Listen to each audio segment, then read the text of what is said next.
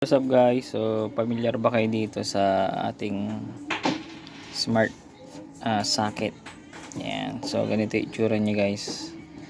So kung hindi nyo alam i-setup, turuan ko kayo paano i-setup tong smart socket. So ano to guys, tawag doon, ginagamit ko sa piso wifi pala para makontrol ko, ma-on and off ko kahit wala ako sa bahay.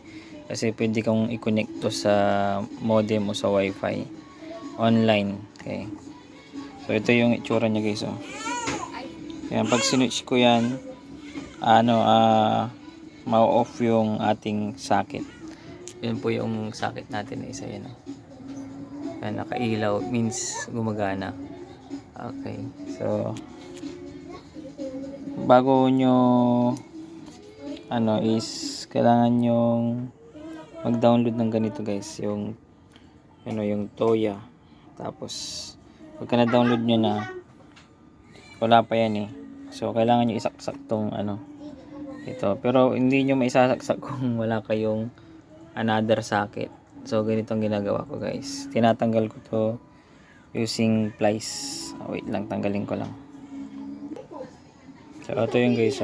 So tinanggal ko lang to guys. Yan. Ayan, ganyan. Para hindi na tayo mangailangan ng another socket. So ground lang naman to eh, ground. Ayan, so isaksak natin. Isaksak natin dito.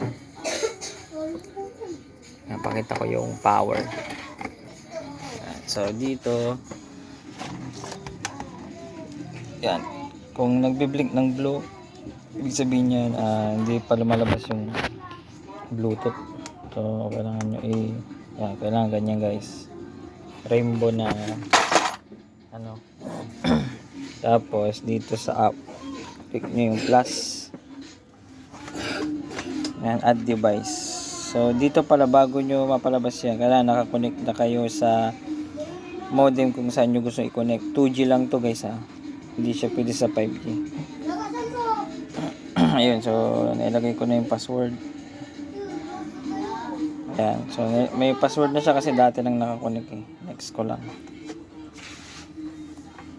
Hintay lang natin. So same lang yung pagka open, kailangan nagbe-blink siya ng yung rainbow, yung pinakita ko kanina. Tapos add device nyo lang, tapos lalabas yung smart plug. Yan. So okay na siya. So lalagyan ko siya ng PC3.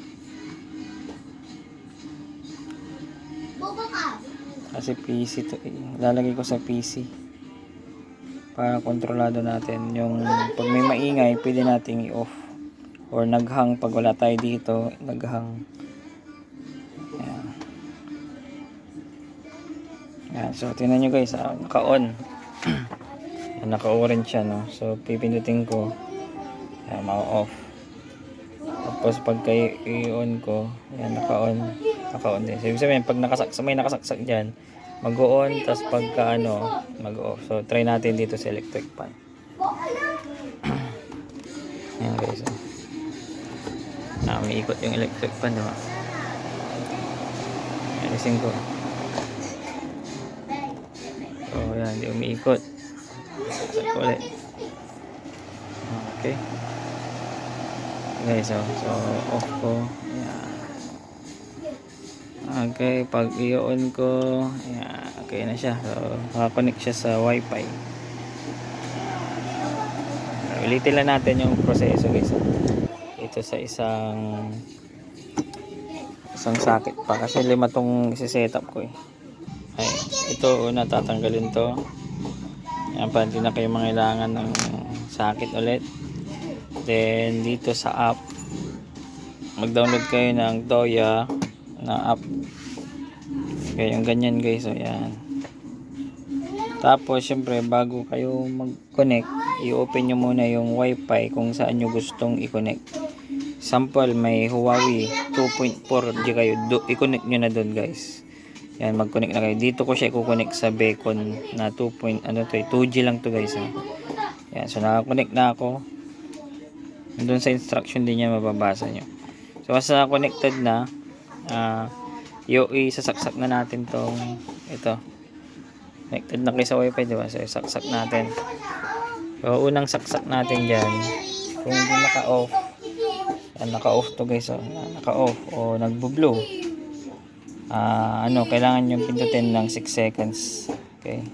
Steady guys, steady. So, 1, 2, 3, 4, 5, 6. Yan. So, magbiblink siya ng ganyan, rainbow. So, pagka-rainbow na guys, dito, i-click nyo lang yung plus. Dito sa taas, yan yung plus. Yan, tapos add device.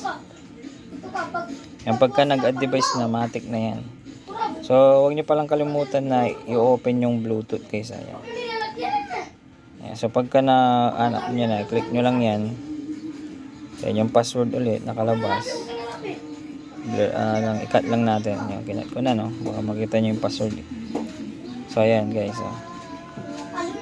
Pagka loading yan, connected na agad yan sa wifi. Ayan, so connected na siya, diba? Mabilis. So, dito lalagay ko ng PC4. Ayan, PC4. Done. Okay, so testing natin. Yan. So, dito meron din siyang timer guys. Kung gusto nyo, pwede sa PC ng mga anak nyo, o aircon, o laptop, o mga gadgets, hindi pwede. Sa mga fan, mga ganyan. Pwede nyo pang timer yan guys. So, lalagyan nyo lang ng time dyan, schedule, kasi mamamatay siya.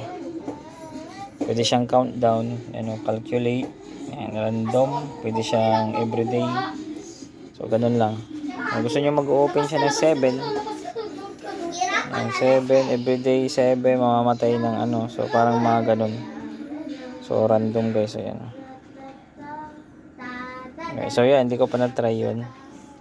Sa ibang video siguro. Okay natin. So ganun lang pag setup guys. Okay. So kung may mga tanong kayo, comment nyo lang dyan sa comment section, and kung gusto nyo makabili ng ganito, kasi baka iba yung mabili nyo, hindi siya pwede sa Toya app. So lalagay ko na lang yung link niya sa description box para kung ano yung nandito, yun din yung mabibili nyo guys. Kasi kung baka iba yung mabili nyo, tapos gusto nyo i-connect sa Toya na app, baka hindi siya mag-connect, problema nyo tuloy. Okay. So mas maganda dyan na lang sa link para same tayo ng setup. Okay. So gagamitin ko to guys sa PisoNet. Pwede rin siya sa Piso Wi-Fi, yung mga naka-deploy sa malalayo. Pagka in case na walang internet, pwede niyo siyang i-restart remote gamit ito. Okay.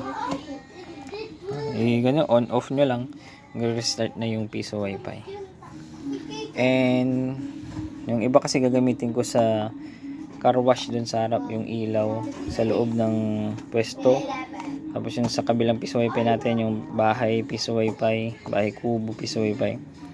So stand alone kasi yung mga yun. So pagka nagkakaproblema, i-restart ko gamit ito. Okay, kasi may modem na rin tayo dun. So yun lang, maraming salamat and God bless po.